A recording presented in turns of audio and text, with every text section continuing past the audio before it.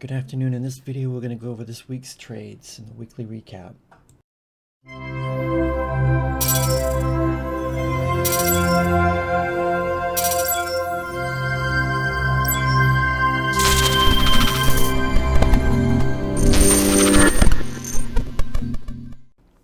Before I get started in the weekly recap, I just want to say that I finished the week with 17 wins, 4 losses, with a win rate of 80.95% for the week. So the win rate for the week, it met my goal of 80% plus. That was good. I did have it was like at 83 or 84% until I had my last trade on Friday, which was a loser that kind of sent me back. I thought that was going to put me under 80%, but it didn't. But oh well, it is what it is. And with that said, if you're not in the room, you can find the room link in the description of the video and in the bio section of Twitter. Now you can also go on Twitter and you can see the timestamps of the calls. So you can see the alerts I took and the timestamps of the actual plays. So with that said, Monday I played nothing but SPY. Usually on Mondays, everything is priced high, like Facebook. Even Facebook sometimes has been expensive, just depending on IV. That Mondays I usually play SPY because everything is just too expensive on Mondays. It just needs time for the premiums to settle down and start decreasing in value a little bit before I start looking at anything. So yeah, I played SPY 4 times with 3 wins and 1 losses on Monday. So that is right here. Now let's blow up this. Oops, this is Monday. Let me bring up Sunday before. Okay, this is Sunday. I mean, Friday, Sunday, and Monday. Because this is Sunday right here. Now you can see you got the 10-minute on the right and the 1 hour on the left. So okay, so I grabbed 370 puts at 77 cents at 9:46, which is right here. Now, as you can see, Friday we closed down here. It kind of flattened. Then at Sunday when it opened, it dropped a little bit, and then it rebounded. So it came back up to this area that it was using as support. Then it just came down and used it as resistance right there, and just dumped. And it came back up and tested the resistance and dumped again. So it came up to this area again, and it just hovered around this area. Now remember, support and resistance is not a hard price line. It is an area. So this whole 374 area has been tough for SPY on Friday. So and it was starting to show a little bit of rejection in pre-market and stuff like that. So when I did see that it started to drop right before the bell and pop up, I saw that it rejected this 274.40 area and came down. So when it did go up and reject this area where it was rejecting all pre-market, I grabbed it at the next candle below the EMAs right here. So they went from 77 cents to $1.48 right down there. Then I grabbed 371 puts at 10.54, which is right here. Now you can see the good thing is I know my strategy really well, and well, I should say strategies really well, and I know where I would take them normally, and I don't even need to look at the timestamp on the chart. I can just look at the chart and say, yeah, this is where I would take it right here. And 9 out of 10 times I'll get it right. And if I don't know, if I look at a play and I'm like, okay, why did I take it here? And then I'm like, okay, that was definitely a sign for me to think, okay, why did I even take it? That was kind of dumb. So anyways, I did take a right here. This is 10.54, so I took a right here. Probably a push through VWAP. Yeah, I took it to a push through VWAP right in here, and they got the 371 puts at 75 cents, and then went to $1.05 right there. Just a small little drop, nothing spectacular. Now, then when it started to reverse, I noticed that it was making a higher low. I mean, you had the first play, then the second play, and this is higher. This low is higher than this low, so and it was starting to make a cup and handle. You get a cup right there and a little bit of a handle. I mean, it doesn't need to be picture perfect, but you can see it, higher, low, cup and handle setup. So I did grab switch to calls. Now that's the one thing you gotta understand is you need to have an open mind. You can't be biased on one side and say, okay, I'm strictly a bear, strictly a bull. You're gonna be able to flip flop, and that's what I exactly did on this trade. And so excuse me, I grabbed 375 calls at 75 cents at 11.41, which is in this 11.21, which is in this candle right here, the break of this cup and handle setup. And they went from 75 cents to $2.45, which is a 200% move. Then I grabbed 376 puts at 88 cents at 142. 142, which is right here. This is where I grabbed it. I started to think, okay, it was starting to show it was topping out right here. Now let's see if there was something in the previous day. Back it out a little more so I can see it better. Yeah, see, I was looking right here. Let me blow it up so you can see it. Now, I got it right here at 142. Now, I was looking at this right here. The previous day, which is Friday, it was rejecting this 376.50-ish area. So I saw that, and that's when I grabbed it. So it started to work out a little bit, then it popped, and even though it dropped right here, it was a expiration day. It never went back to where it was. So I even held it after hours because you can trade SPY to 4:15, and I held it after hours to sell the option, and I did. I ended up selling it at 45 cents from the 88, so a small loss, but I really thought it was going to drop right here and come back down to VWAP, but it didn't, or even down to the 20 EMA, which is this blue line, but it didn't. It just reversed quickly, and the dip got bought up really quick, and even though it came lower down here, just the theta from the expiration day just ate up the play, and even though it did drop after hours a little bit, it just didn't get enough to get to the 75. So, but whatever. So then I had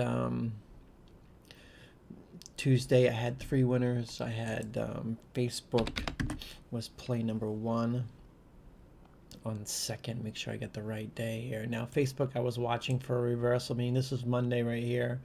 And I was thinking, okay, it gets over this 264 or even pre-market area 265, that I would take it. So I did take it at 9:38, right at the bell.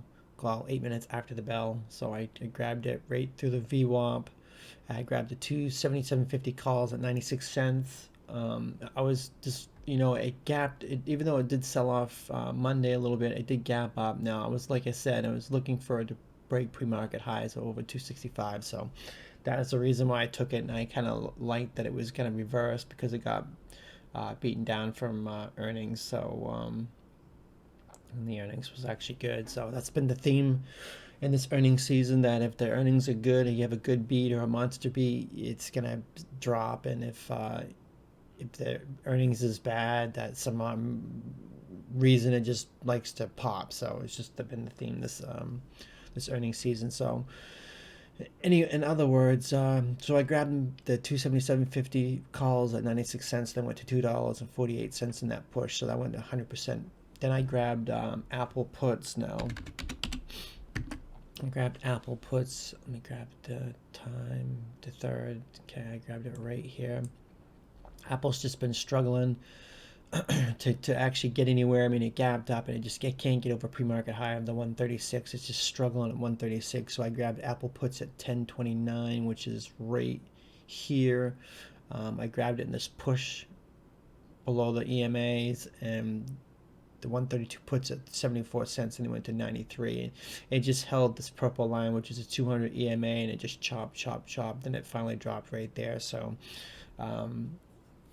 not that big of a move. That's been pretty much what's been happening with the market. The market's going back to its little narrow ranges. Back when Obama was in office, the Democrats, that the trading ranges are very tight and narrow, anywhere from $1 to $2 per day range. And VIX gets smashed to like $11. So back then, VIX would trade at like around $11 for a low and like 20 to 25 for a high. It was very rare for VIX to get over 20 on during Obama's administration. So I'm assuming that the same thing is going to happen. The ranges are starting to get tighter, as we all have seen since Biden took office. VIX is still above 20, but I think it's going to get crushed down to 11. I mean, even if SPY goes down a little bit or slightly red, VIX can still get smashed into the ground, because that used to happen all the time when Obama was in office. So a tight sideways market or a slightly red market or a slow grinding up market will all crush VIX. So we've just been spoiled with Trump in office, with all the unknowns and the volatility, that we've just gotten so used to how the market would whipsaw these massive ranges. I don't think that's going to happen too much anymore. So get used to these narrow ranges, because I think that's the way it's going to be for the next 4 years. So I could be wrong, but that's what I'm thinking. So with that said, the SPY is the last trade on Tuesday. I almost said Monday, which I believe this is right here now. I grabbed 379 puts at 12.18, which is right here on this push down. It did chop a little bit, but it did end up dropping end of the day. So because it was a non-expiration day, it holds its value a little better. And it did in this little dump right here. They went from 79 cents to $1.04. So nothing spectacular. Like I said, 380 to 383. That's a $3 range, and this was 372 to, that was a $5 range. So that was a little bigger a range than what it has. But I mean, you look at Wednesday, 381 to 380, 350. So you're talking $2 to $3 range right there. So the ranges are getting smaller. Now I had. On Wednesday, I had 3 wins and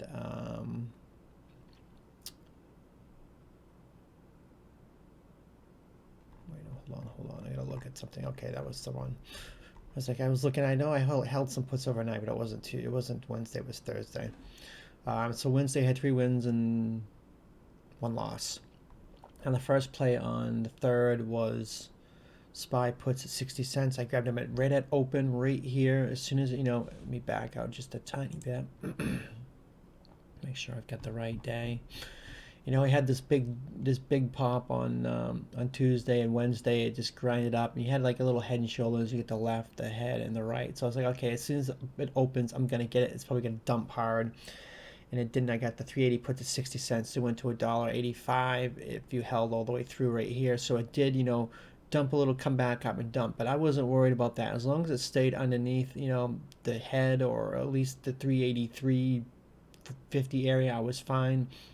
That dumped and it came back up, but it did go back down and it tests this area of the 381. So the 200 EMA. I like to use the EMAs for. I mean, this was a solid little drop right here. You got the EMA, and then you get the orange line, which is the RCT trend line that acts like a magnet. All the moving averages in this RCT trend line act like magnets. So that's why when you see these things like on the hourly where it gets severely disconnected, it comes back up, and disconnected, comes back up. I mean, it acts like a magnet and just can't get away from it. So that's why it's always important to look at the RCT trend line's angle, if it's pointing up or if it's pointing down. So that was the first play. Then I grabbed Facebook calls again at, let me get the 3rd here. Where is it? Right there. Bring the previous day up. Now I got Facebook calls, 275 calls at 87 cents at 11.42, which is right 42. It's probably right in here. Yep, right here. I almost thought it was right there, but no, right in here. Same thing. You get like a little cup handle right there. I mean, you can see that's a bigger cup and that's a handle, whatever. You just draw it any way you want, whatever. I saw that, and as soon as it broke this area of 267.30-ish area, then I grabbed the 275 calls and went from 87 cents to $1.15. So I mean, they were $5. Actually, they were like $7 out of the money. So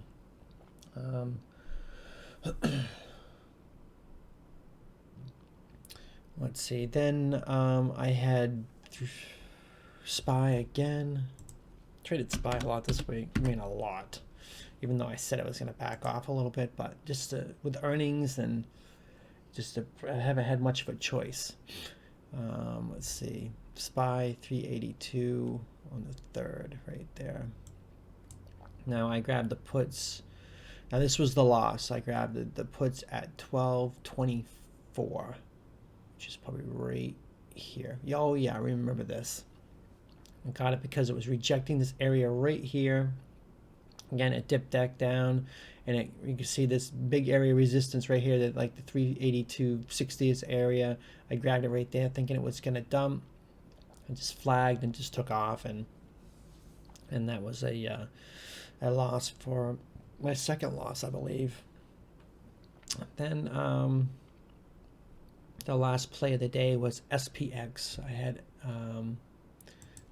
even though I can use SPY, I'll put the SPX chart up on the 3rd right there. Now this is Wednesday expiration day. I grabbed the 38.35 puts at $1.35 at 248, which is right here. Now same thing, it was kind of doing the same thing. It was flattening out right there. I just wanted to make sure it wasn't going to do that and that right there again, because I got caught in this and it popped on me. I looked at it right there thinking, okay, no, I'm gonna wait, and I'm glad it did because it popped on me again. So right here it was doing the same thing. It was flattening out at the top, and I was like, okay. It did come down right there, and I was like, I don't know. And then I saw it came back down and broke below all these candles right here, all the way back down from here, here. So I was like, okay, I'll grab it right here. So I did, and they went from $1.35 to $4.70, $4.70, 200% on that little drop right there. So that worked out really, really well for SPX on expiration day. I love the expiration day plays. That's how you get your big winners. Then I had Walmart calls on Thursday. Now Walmart. Oh, okay. Walmart. Toss is lagging. What do you expect, huh? Always been lagging. Okay, I had Walmart calls, 143 calls at 940. Now Walmart I was watching because it was just, as you can see on the hourly right here, it's just been kind of like dropped, and it's just sitting in this 142 area, rejecting. So I was like, okay, I saw the pre-market, and if it got over that 142, it was going to take off. So that's what I was looking at. And once it did break over this area of 140, I think I got it below 142. Once it got over that area, I grabbed it. So they went from 55 cents to 77 cents. It just, I think they would move a lot more than what they did, but they just didn't. So then I ended up grabbing QCOM. I had an overnight swing. I'll get to that after I get to the rest of the plays. I had QCOM. QCOM again, good earnings, dumped. Another good earner that just got hammered on. I grabbed QCOM 150 calls at 80 cents at 1147 right here. I'll blow it up so we can see it. I mean, as you can see right here, it's finding support, and it's starting to push up. You get like a slightly ascended triangle right there. That's the line, and it's pushing up, making higher lows and diverging right here. So I did buy the break over this area of 146.50. So I got the 150 calls at 80 cents, and they went to $1.30 all the way up to the 37 EMA. So that was a nice little quick little pop. Then I got Disney. Now Disney, I remember this one because I saw the volume on the corner of my eye. Now I'll bring it up to the 1 minute. Ooh, okay. Now I have a set charts. I've always watched the same 10 tickers. I always have the charts up. I always do, no matter what. And Disney is one of them, and that is why I can always see like volume pops come before sometimes news is even hit the air. Now I'm sitting here and I saw this right here, this big candle. Now you get to look at, I mean, this is the day so far. Let me just bring it to the 3 minutes so we can see it better. Oh, 5 minute. I chose 5 minute. I'll go back to 3 minute so we can see it better. Now, this is the whole trading day. I mean, this is an hour's worth of trading right here. It's just then it starts to drop down a little bit. Then you get this big candle. You're talking a day's worth of buying power right here. I saw that big candle and that big green bar. I was like, that's so much, because the average 3-minute candle is like 50, let's just say 45,000 shares in a 3-minute candle. Then it goes to 50,000, 500,000. I mean, that's just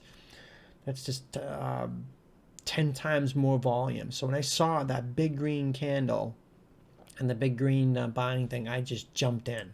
I didn't, I just like, because I was missing so many calls that day. I remember that I was regretting, I missed, I think it was FedEx and Netflix. I didn't chase it because of, I didn't think it was going to keep going and going, and I regretted not chasing it. So when I did see the volume and the big green candle, I saw it. I didn't even hear anything on the news. I didn't see any news. I wasn't even looking for it. I just grabbed it because that was a news event right there. That candle and that volume was news. So I jumped right in the 192.50 calls at 82 cents, and they went to $1.83. When it jumped in, I noticed they were like right around like 91 cents or $1, something like that. So I caught it in the pullback. I tried to get below like in the 60s and 70 cents. I couldn't get it, so I just managed to get some at 82, and I got lucky on my fill, and it just popped. I mean, I got lucky. So it's one of the times where you have the charts up, you can see the volume candle, and then you can able to react to it. And I was actually able to react, and come to find out that they were reopening parks or something like that. Just by the time the news actually came out, was circulated, that the pop was already done and was already starting to pull back. So that worked out really, really well. So that was a 100% move on Disney. Now, I had an overnighter on Thursday. I had, which ended up being a loser, which was 382 puts on SPY. Now, I had them at, let's see, 1028. SPY, 1028.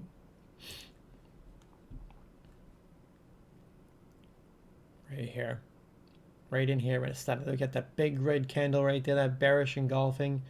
I grabbed it, thought I was going to reject and bounce right off VWAP. I mean, I should have stopped out and just got out, but I just held on to it, and I should have stopped out. I should have never even held it. I mean, I did sell some for some profit. I mean, I didn't have that many, but still, the position overall ended up being a loser overnight. There was a big gap up, so whatever. It is what it is.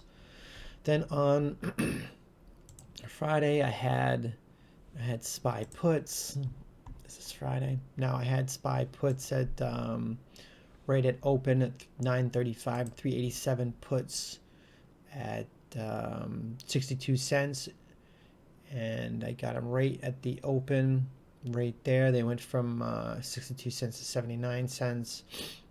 Then it popped back up right here. Let me blow it up so you can see it better.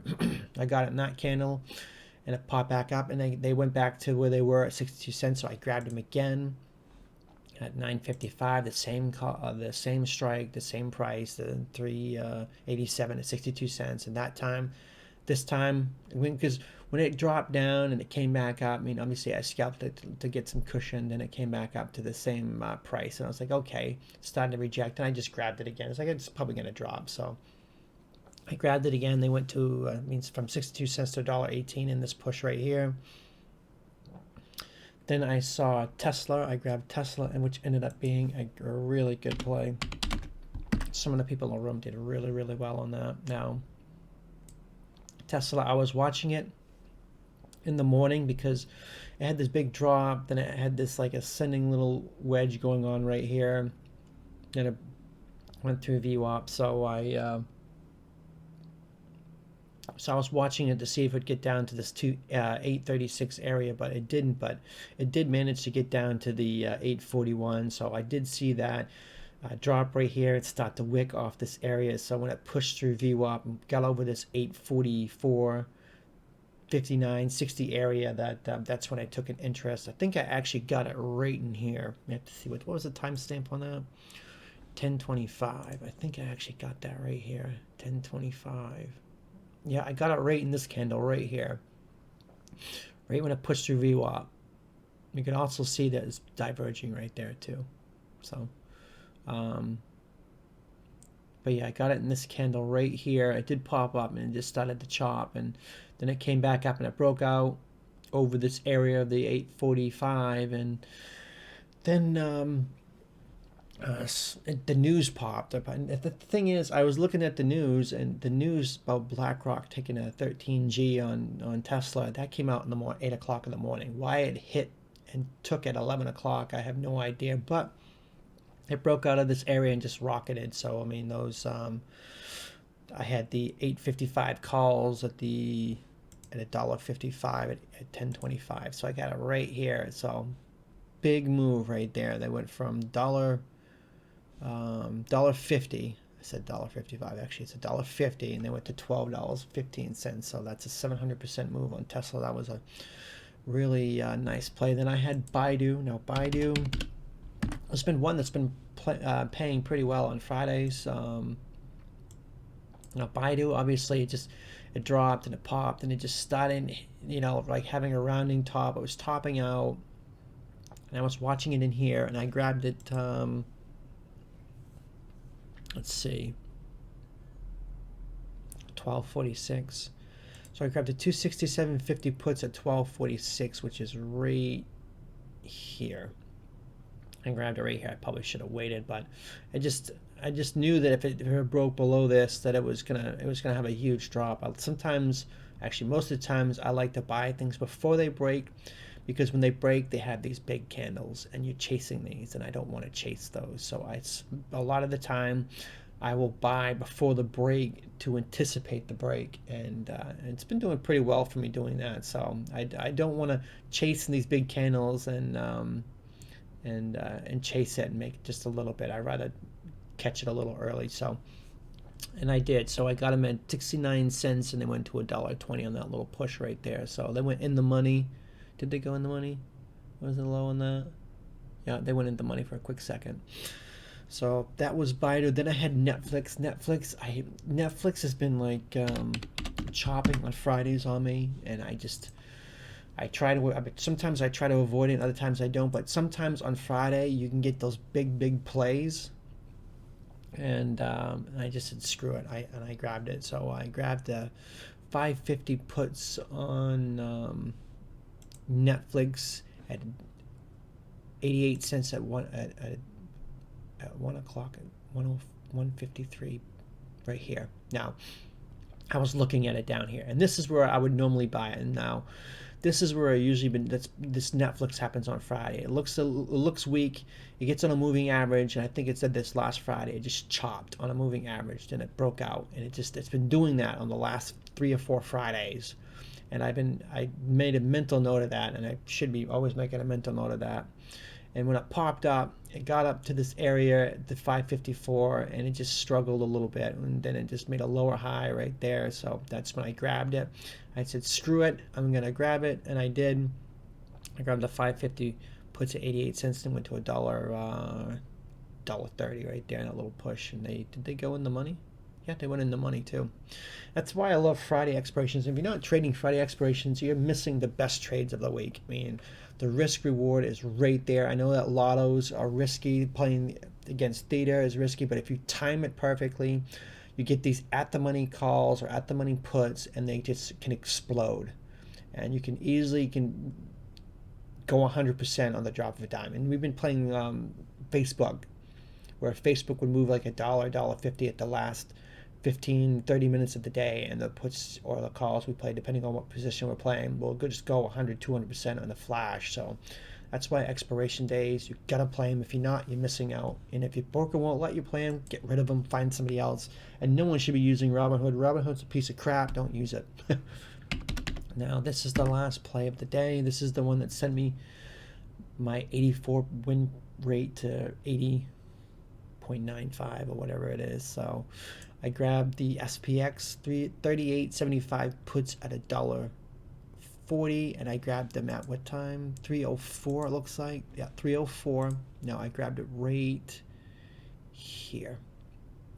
Now it came back down. I was looking, okay, you get a left shoulder head and a right shoulder, and this is the area it's going to break. Right here, it breaks this area, this area right here. It's going to just dump. Now I was looking for it to dump to the previous day close, which is this white line, to fill the gap, but it didn't. It just chopped on this 37 EMA, chop, and just got pinched between the two EMAs, the 37 and the 20. The 20 is the blue, 37 is the white. It just got pinched between the two EMAs and just chopped all the way to the end and just killed the position. So it is what it is. And that was the week. As you can see, I'll go to SPY, another tight range on SPY.